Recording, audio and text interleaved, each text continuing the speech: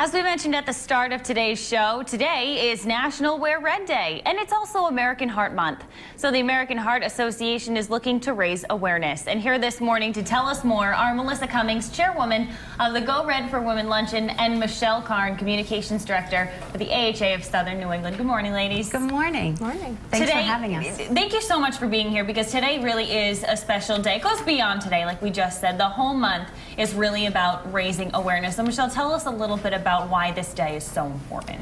So heart disease is the leading health threat to all Americans, and it is the #1 killer of women. So all month long, we really want to raise awareness of that and get people to wear red and spread that awareness.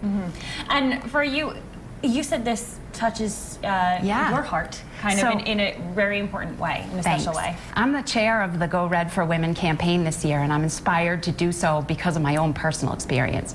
My mom had symptoms of heart disease, surprisingly and unexpectedly, and frankly ignored them. Shortness of breath, pain in her jaw, and finally, upon having some medical advice and getting checked out, she actually was rushed to the hospital and had 2 stents put into her heart. It saved her life, recognizing her own symptoms. So that brings us to those symptoms.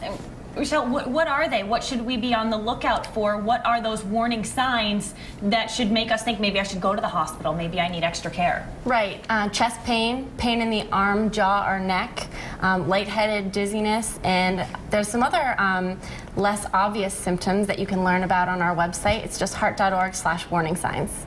And how about any preventative measures that we can take to make sure that we are keeping our heart healthy? You can certainly always do eating well, exercising, getting regular checkups. The theme of our event this year is actually Cross Your Heart and Start, and I believe getting well begins with making one simple commitment. So what we're asking people to do is pick that one thing, whether it's drinking more water, taking the stairs, exercising every day. Pick one thing, make a promise to those you love that you'll do something for your heart. And the event that you mentioned is the luncheon coming up. Yes, the Go Red for Women Lunch is an annual event this year on February 17th at the Rhode Island Convention Center. It's a terrific day filled with fun and learning and money-raising education all around heart health. And Michelle, she mentioned too that this affected her mother. And a lot of times when we hear about heart problems, heart disease, whatever it might be, we think, I'll deal with that later on. That's something that I don't have to worry about right now in life, because we do hear a lot of older people dealing with issues like that. But when should we start really taking care and really paying attention to our bodies? It starts now. I mean, heart disease and stroke does not discriminate. It can happen to anyone, no matter what age you are. And actually, someone dies of a heart attack every 80 seconds. So while we're talking, a few people lose their lives to heart disease. So the time is now to take action. Absolutely. And 80% is preventable. 80% of heart disease is preventable. We have a choice to make. We can play a role.